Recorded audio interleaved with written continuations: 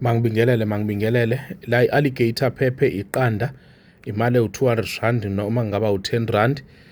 Umlotha wamandiya, kube sekuba ilongwe lenkomo, bese kuba uju. La sikhanda into yokuthi imali mayikulandele, imali mayikuzwe la ungakhona. Into esishoda ngayo la sishoda nge-cinnamon powder, ne?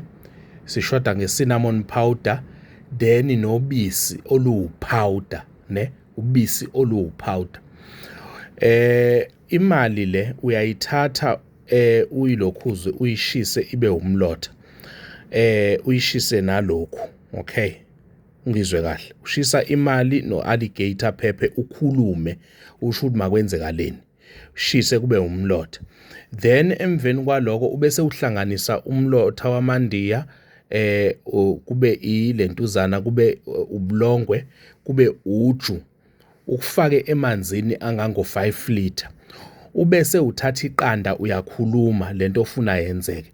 Bese uyaliphahlaza, ulibuqaze ulifake lapha emanzini. Ubese uthatha lo mlotha wemali no-alligator phephe ukufake lapha ya emanzini.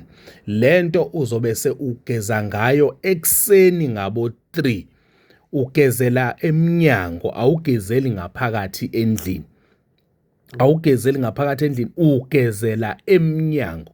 If kuwukuthi la uhlala khona awukho umnyango, phuma uhambe uyoyenzela esigangeni ekseni ngo-3 o'clock.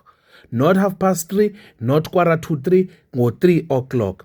Emveni kwaloko mawukhuluma ugeza ngalento, uyageza ngalento usho ukuthi imali mayingilandela, imali mayingiswe, imali mayihlezi khona esandleni sami, imali mayingapheli, imali mayingangiphunyuki. Nokuba ubani owangimosha wathwebula imali yami waganga ngayo, ngithi njengamanje ngibulala sonke leso siqalekiso, sonke leso sibopho. Imali mayisondele, imali mayize, imali mayingilandele.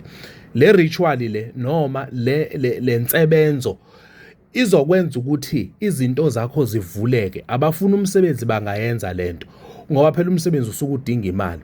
Abanamabhizinisi bangayenza lento. If kuwukuthi udinga into ethe ukuba namandla kwibhizinisi lakho, ake uqale ngale, ubone ukuthi ngeke ikusebenzele yini lento ukuze ukwazi ukuthi izinto zakho zihlangane empilweni. Siyabonga kakhulu, bayede.